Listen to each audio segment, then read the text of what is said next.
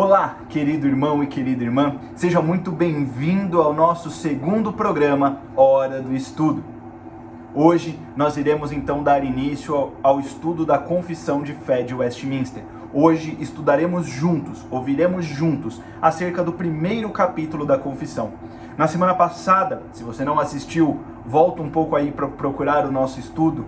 Nós falamos um pouco sobre a parte histórica da Confissão, a importância para o ano no qual ela foi escrita e a importância também para os dias de hoje. Por que então nós adotamos a Confissão de Fé de Westminster como um símbolo de fé da Igreja Presbiteriana do Brasil? Volta lá para ver. Se você perdeu, se você não conseguiu ver, volta lá rapidamente, assista e depois volte aqui para nos acompanhar hoje no capítulo de número 1 da Confissão.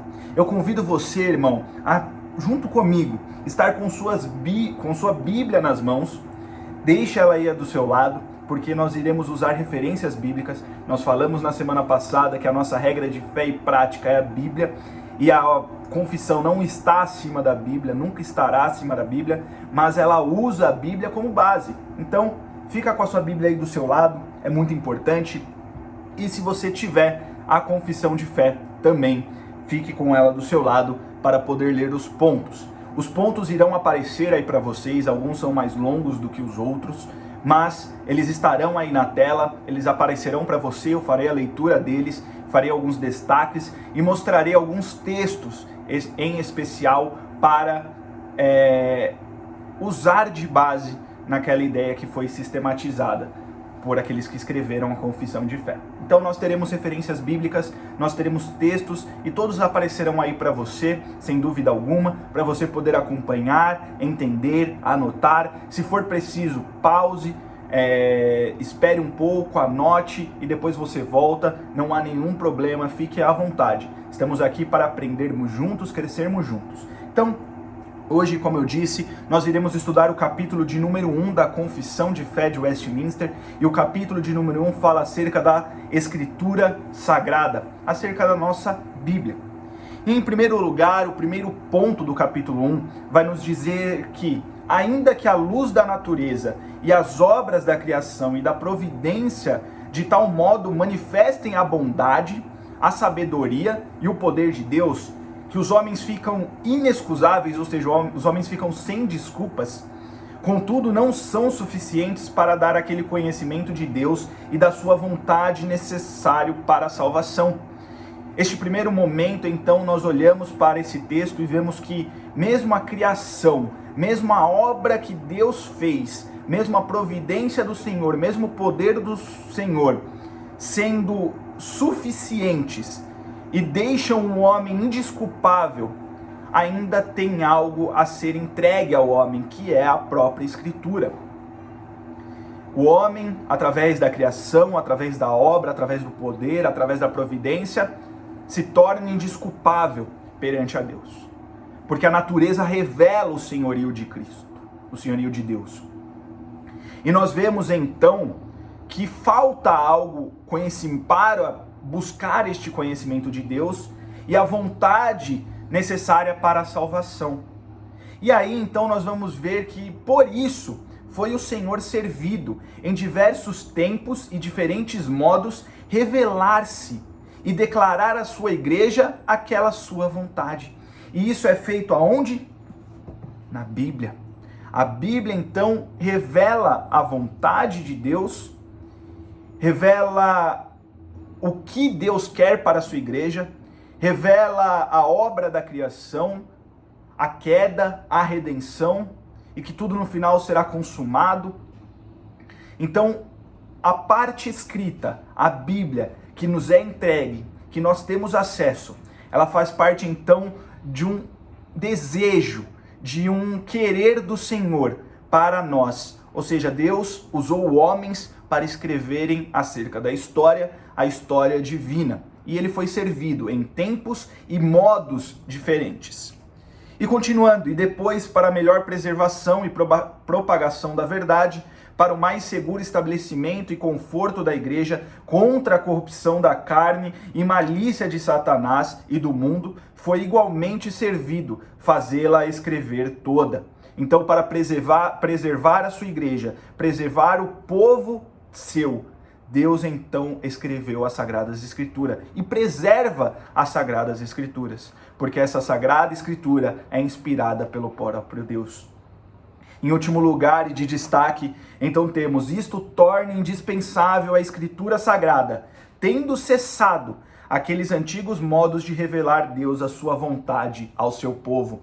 Ou seja, o querer de Deus de se revelar ao seu povo, aquilo que ele quis revelar ao seu povo, sobre si mesmo, sobre a sua obra, sobre a sua providência, sobre o seu poder, está escrito na Bíblia. Nada mais acrescentará, nada mais tirará. O que está escrito na Bíblia é aquilo que foi inspirado pelo Senhor. E foi cessado, terminou, acabou. Aquele modo antigo que ele usou, acabou. Não podemos acrescentar nenhum Novo Testamento e nem nada do tipo, e veremos isso mais à frente, porque cessou, acabou.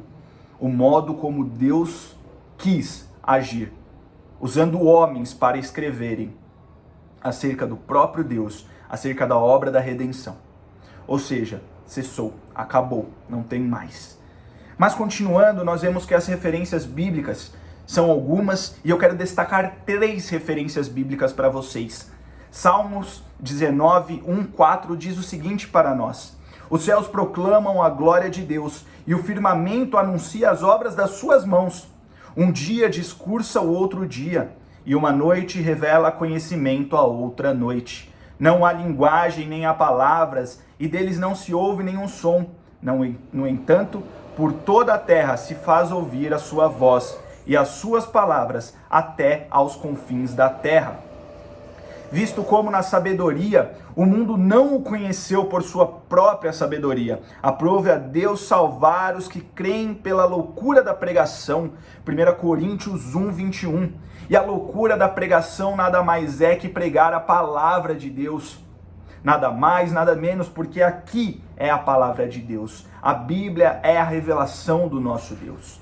Romanos 15, 4 vai dizer: pois tudo quanto outrora foi escrito para o nosso ensino, foi escrito a fim de que, pela paciência e pela consolação das Escrituras, tenhamos esperança. A Bíblia foi escrita para trazer esperança ao povo de Deus. Esperança esta que nos mostra que Jesus Cristo é o nosso Senhor e Salvador, e que lá na frente Ele retornará para reinar sobre tudo e todos. Ele já é Rei, mas ainda não é consumada essa obra. No dia final, no dia do juízo final, nós veremos Jesus Cristo reinando sobre tudo e todos. E todos aqueles que foram seres viventes se dobrarão e prostrarão e dirão que Ele é Senhor sobre todos os senhores. Então, avançando, chegamos ao ponto 2 do capítulo 1, que diz o seguinte: sob o nome da Escritura Sagrada, ou Palavra de Deus escrita, incluem-se agora todos os livros do Velho e do Novo Testamento, que são os seguintes. Vai aparecer uma imagem para você acerca de quais são os livros do Novo e do Antigo Testamento. Todos dados por inspiração de Deus para serem a regra de fé e de prática. Então, como eu disse, nós temos 2 tabelas, o Antigo Testamento e o Novo Testamento. E esses livros que estão mostrados ali são os livros que fazem parte da Escritura Sagrada. E aí você pode me perguntar: Elias, mas tem alguns livros aí que são diferentes, tem alguns livros na Igreja Católica que não aparece aqui, por que isso? Espera mais um pouquinho, no ponto 3 nós falaremos sobre isso, sobre os apócrifos, ok? Mas continuando, as referências bíblicas eu quero citar 2 dessa vez. Efésios 2:20 diz: edificado sobre o fundamento dos apóstolos e profetas, sendo ele mesmo Cristo Jesus a pedra angular. Então o Novo Testamento, Paulo, a carta aos Efésios, vai mostrar que devemos estar fundamentados nos apóstolos e profetas, assim como em Jesus Cristo, que é a base, que é a pedra angular de tudo isso. Olhamos então para isso e vemos que o Antigo Testamento, ele deve sempre apontar para Cristo. Cristo deve falar sobre o Antigo Testamento. E os profetas, os apóstolos, eles precisam também apontar para o Antigo Testamento. Apontar para Cristo, que é o centro das Escrituras. e ensinar acerca disso. 2 Timóteo 3,16 vai nos dizer: toda a Escritura é inspirada por Deus. Este ponto é muito importante. A inspiração é divina.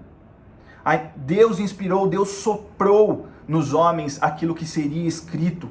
Inspirada por Deus e útil para o ensino, para a repreensão, para a correção e para a educação na justiça.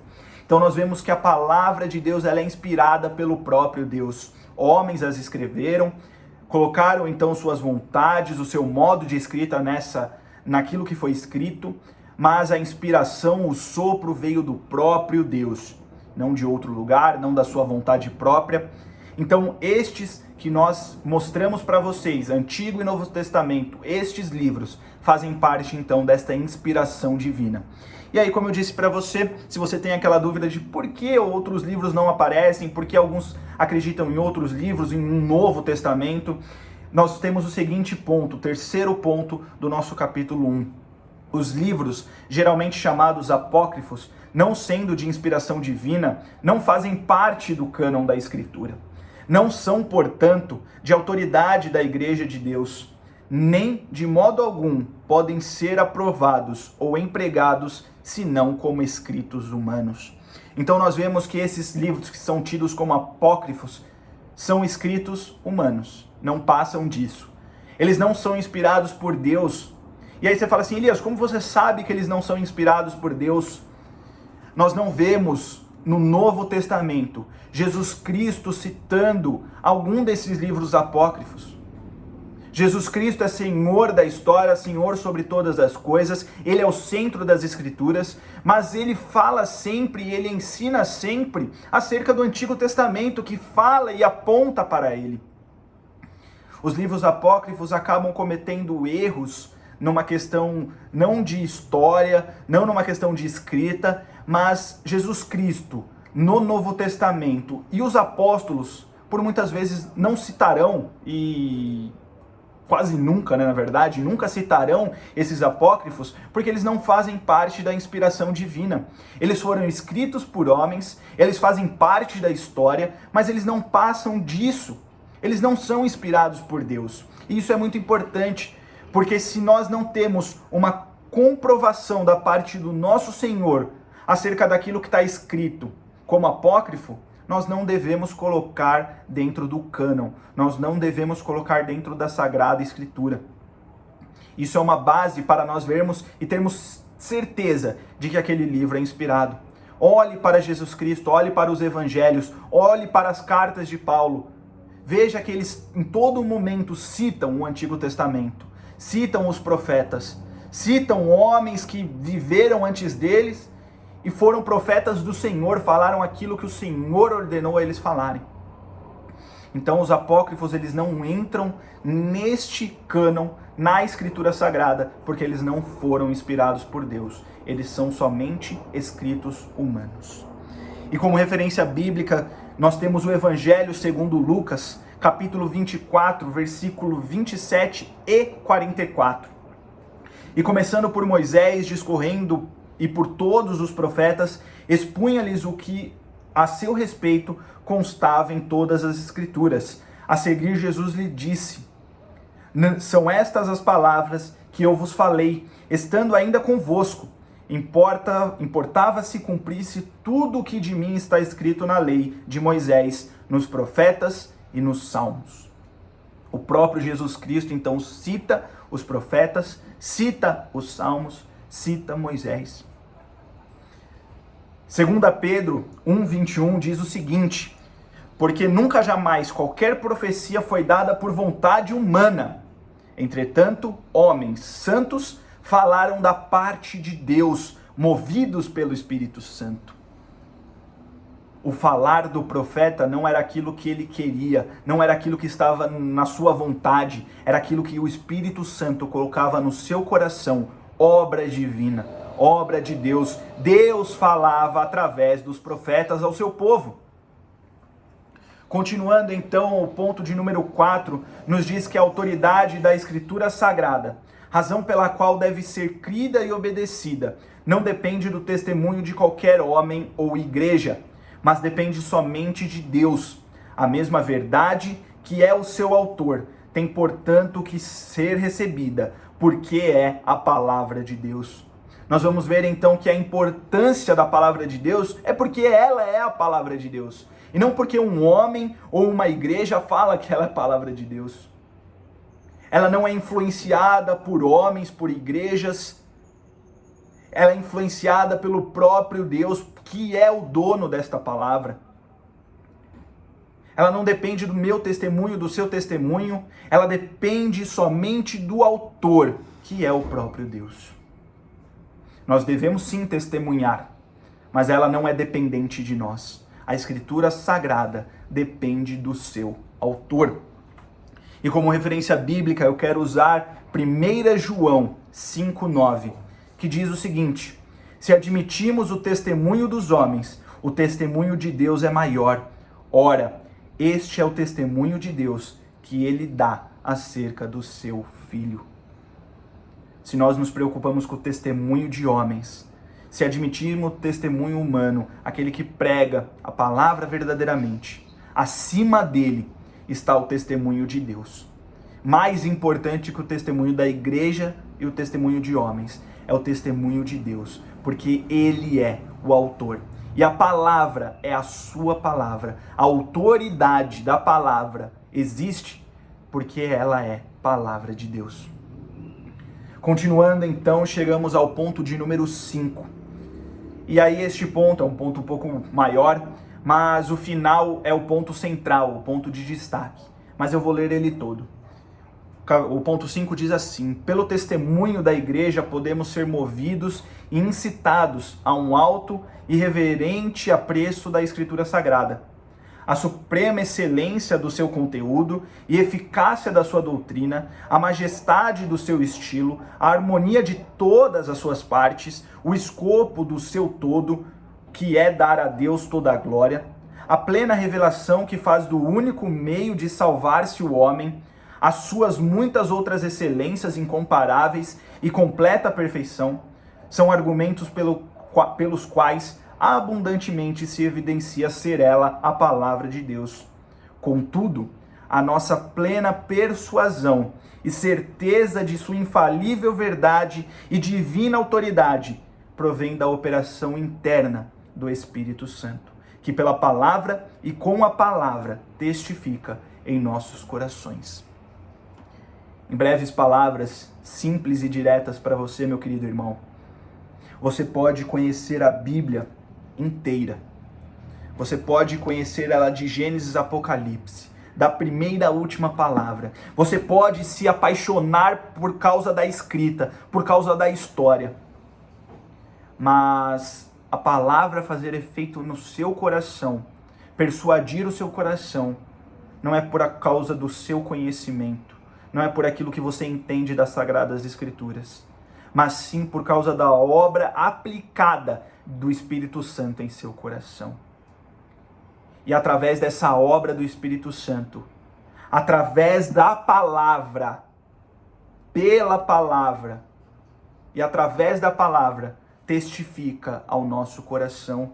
Então o crente deve ler a palavra, o crente deve buscar entender a palavra, mas antes de tudo, deve pedir o agir do Espírito Santo em sua vida, porque é o Espírito Santo que aplica aquilo que está escrito aqui.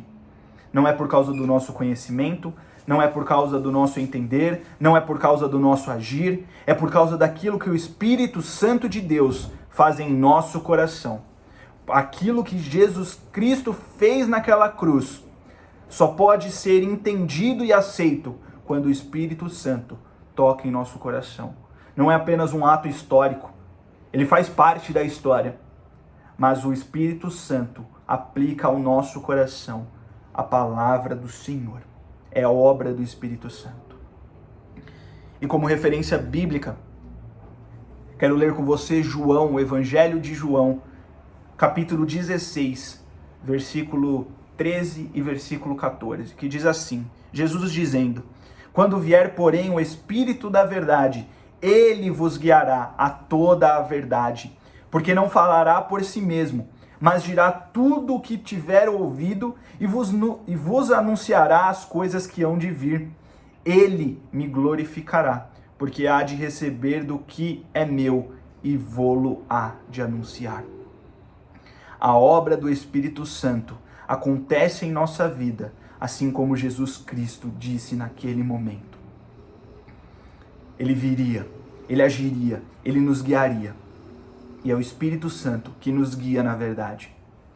E a verdade é a palavra de Deus. Continuando, já estamos quase nos aproximando do final. Todo o conselho de Deus concernente a todas as coisas necessárias para a glória dele e para a salvação, fé e vida do homem, ou é expressamente declarado na Escritura, ou pode ser lógica e claramente deduzido dela. A Escritura nada se acrescentará em tempo algum, nem por novas revelações do Espírito, nem por tradições dos homens. Reconhecemos, entretanto, ser necessária a íntima iluminação do Espírito de Deus para a salvadora compreensão das coisas reveladas na palavra. E que há algumas circunstâncias, quanto ao culto de Deus e ao governo da igreja, comum às ações e sociedades humanas, as quais têm de ser ordenadas pela luz da natureza e pela prudência cristã, segundo as regras gerais da palavra, que sempre devem ser observadas. Então nós vemos que todo o conselho de Deus, ele é entendido claramente, logicamente e claramente. Mas a Escritura, as Sagradas Escrituras, a palavra de Deus, a Bíblia, nada se acrescentará em tempo algum. O cânon, como nós vimos lá no começo, já foi fechado. Nada mais será acrescido àquilo. A palavra de Deus começa em Gênesis e acaba em Apocalipse. Não tem mais nem menos. A palavra de Deus não terá um Novo Testamento por causa de uma revelação de um anjo, não. Não haverá novas revelações do Espírito. O Espírito já revelou. A inspiração já houve e foi escrita. Hoje há a iluminação do Espírito Santo para entendermos o que está escrito aqui. Sem dúvida alguma, este é um ponto muito importante. Nada será acrescido, mas o Espírito Santo nos ilumina.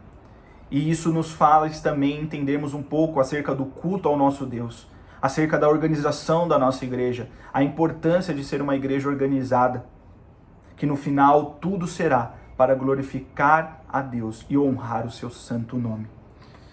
Continuando, 2 textos que eu quero ressaltar com você. Gálatas 1:8 diz: mas ainda que nós, ou mesmo um anjo vindo do céu, vos pregue evangelho que vá além do que vos temos pregado, seja anátema, ou seja maldito, seja maldição. Não ouça, esqueça. Se está além daquilo que está na Bíblia, deixe de lado, esqueça. 1 Coríntios 2:9, 10 e 12. Mas como está escrito, nem olhos viram, nem ouvidos ouviram, nem jamais penetrou em coração humano o que Deus tem preparado para aqueles que o amam. Mas Deus nolo revelou pelo Espírito, porque o Espírito a todas as coisas perscruta, até mesmo as profundezas de Deus. Ora, nós temos recebido o Espírito do mundo, e sim o Espírito que vem de Deus, para que conheçamos o que por Deus nos foi dado gratuitamente. Ora, nós não temos recebido o Espírito do mundo, mas o Espírito de Deus. É o Espírito de Deus que nos ilumina, é o Espírito de Deus que nos capacita, é o Espírito de Deus que aplica ao nosso coração. E não o Espírito do mundo, não o Espírito que eu acho que é certo, não o Espírito da minha vontade, mas o Espírito Santo de Deus. Não aquilo que o mundo diz, mas aquilo que a palavra de Deus diz. Aquilo que é aplicado ao nosso coração.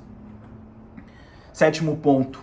Na Escritura, não são todas as coisas igualmente claras em si, nem do mesmo modo evidentes a todos. Contudo, as coisas que precisam ser obedecidas, cridas e observadas para a salvação, em um ou outro passo da Escritura, são tão claramente expostas e explicadas, que não só os doutos, mas ainda os indoutos, no devido uso dos meios ordinários, podem alcançar uma suficiente compreensão dela. As coisas básicas da salvação, acerca daquilo que deve ser obedecido, aquilo que deve ser crido e observado. Isto é claro para nós. Não precisa de mestrado, de doutorado, de curso teológico, não precisa. Essas coisas são de entendimento claro. E Deus usa homens para isso. Pregadores da palavra, evangelistas, pastores, missionários, estão ali para falar, para ensinar as coisas básicas. Claro que existem temas um pouco mais complicados e mais difíceis, mas aquilo que se diz respeito à salvação é claro o suficiente para nós entendermos. Porque o Espírito Santo, além de nos tocar, certamente inspirou homens a escreverem de maneira clara a nós, acerca daquilo que deve ser obedecido, crido e observado, acerca da salvação. Isso é claro para nós. Continuando, referência bíblica, Salmo 119, versículos 105 e 130. Lâmpada para os meus pés é a tua palavra, e luz para os meus caminhos. A revelação das tuas palavras esclarece e dá entendimento aos simples. Continuando, o ponto de número 8. O Velho Testamento em hebraico, língua vulgar do antigo povo de Deus, e o Novo Testamento em grego, a língua mais geralmente conhecida entre as nações no tempo em que ela foi escrita, sendo inspirados imediatamente por Deus e pelo seu singular cuidado e providência conservados puros em todos os séculos. São por isso autênticos e assim em todas as controvérsias religiosas a igreja deve apelar para eles como para um supremo tribunal. Mas, não sendo essas línguas conhecidas por todo o povo de Deus, que tem o direito e interesse nas Escrituras e que deve andar no temor de Deus, deve lê-la e estudá-las, esses livros têm que ser traduzidos nas línguas vulgares de todas as nações aonde chegarem, a fim de que a palavra de Deus, permanecendo nelas abundantemente, adorem a Deus de modo aceitável e possuam a esperança pela paciência e conforto nas Escrituras. Ou seja, de maneira simples, o Antigo Testamento é escrito em hebraico, o Novo Testamento é escrito em grego. Para entender melhor, nós devemos recorrer sim aos originais. Mas isso não é de acesso de todas as pessoas da nossa igreja. Não é acesso de todas as pessoas do mundo. Por isso que se o evangelho for pregado, se o evangelho alcançar determinado local, a Bíblia deve ser traduzida na língua daquele povo, para fácil entendimento do povo que ali está. Claro que o processo de tradução da Bíblia exige um grande cuidado, requer um grande trabalho, mas ele deve ser feito. Deve ser então mostrado ao povo na sua própria língua a palavra de Deus.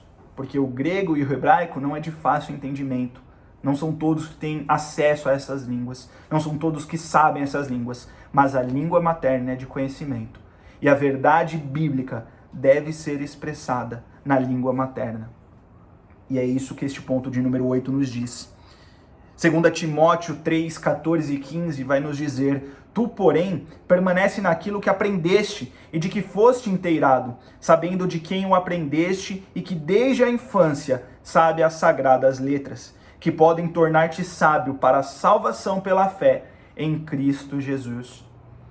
Palavra essa, então, Sagrada Escritura esta, que acompanha desde uma tenra idade, desde criança, desde pequeno.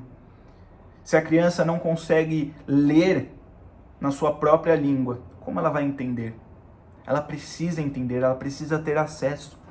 Colossenses 3,16 diz: habite ricamente em vós a palavra de Cristo, instruí-vos e aconselhai-vos mutuamente em toda a sabedoria, louvando a Deus com salmos e hinos e cânticos espirituais, com gratidão em vosso coração.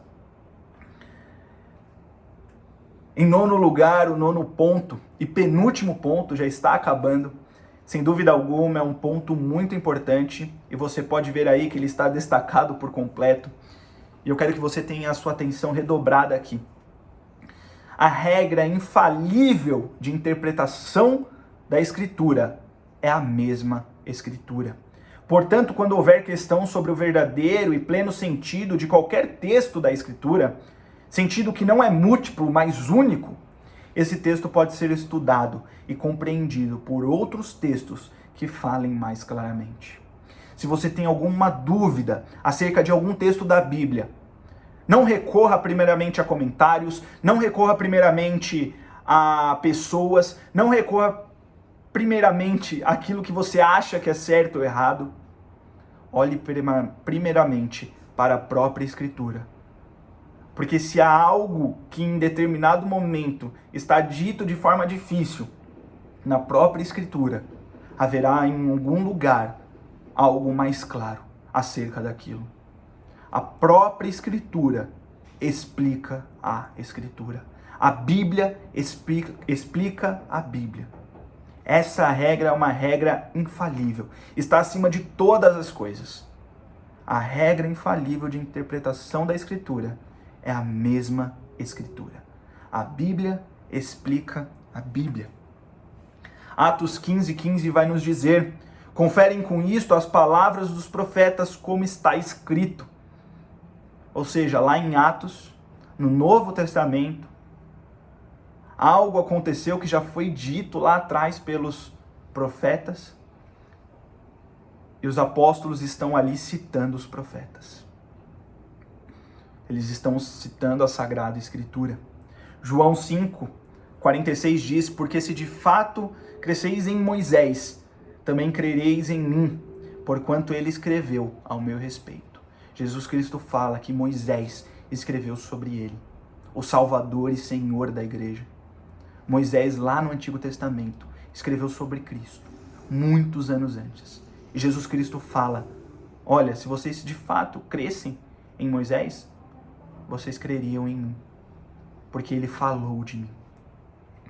Chegamos então ao último ponto, o 10º ponto, que nos diz o seguinte: o juiz supremo, pelo qual todas as controvérsias religiosas têm de ser determinadas, e por quem serão examinados todos os decretos de concílios, todas as opiniões dos antigos escritores, todas as doutrinas de homens e opiniões particulares. O juiz supremo, em cuja sentença nos devemos firmar, não pode ser outro senão o Espírito Santo, falando na Escritura. Não é aquilo que homens dizem, não é aquilo que a doutrina diz, mas é aquilo que o Espírito Santo fala na Escritura. Como nós vimos e ouvimos no primeiro estudo, nós olhamos para a história e vimos que homens foram iluminados por Deus, usados por Deus para sistematizar então assuntos. Isso quer dizer que eles não erraram? Não. Eles podem ter errado sim. Eles não são inerrantes. A Sagrada Escritura é. A inspiração do Espírito Santo é. Então pode acontecer algum decreto de concílio que seja errado, pode acontecer de que alguma opinião de antigos escritores esteja errado. Todas as doutrinas de homens, elas não são nadas, senão estando à base do Espírito Santo, que fala na Escritura Sagrada. A base tem que ser sempre a Escritura Sagrada. E como referência bíblica deste último ponto, temos Mateus 22, 29 e 31.